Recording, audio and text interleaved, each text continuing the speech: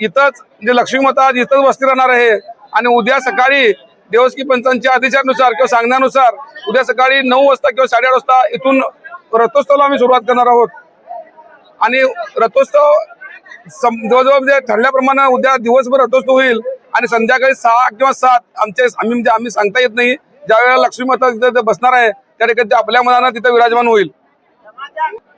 विवाह संपन्न झालेला आहे आणि आम्ही त्याच्यानंतर इथं दिवसभर असणार संध्याकाळी एक अंध मुलांचा एक छोटासा कार्यक्रम आयोजित केला आहे। त्याच्यानंतर 9 ते 11 एक इचलकरंजीचे महाराज यांचा कीर्तन होणार आहे। त्याच्यानंतर हल्ल्याचे अलनार भागाचे वारकरी इथे येऊन रात्रभर जागरण करणार आहेत असा आमचा आज नित्यनेमाचा कार्यक्रम आहे।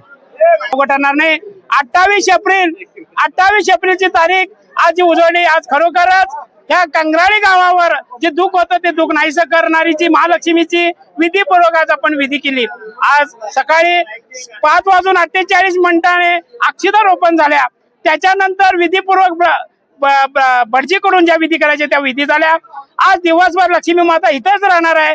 संध्याकाळी 9 ते आशीर्वाद घेतला। आज खरोखर पाहिलं तर हा उत्सव भविष्यात पण आम्ही बघितला नाही आणि भूतकाळात सुद्धा बघितला नाही, भविष्यात काय बघणार नाही, कारण का हा असा उत्सव कार्यक्रम या कंगराळी गावामध्ये झाला। या कंगराळी गावाचा जो नाव आणि हे गिनीज बुक मध्ये नोंद करण्यास होणार आहे।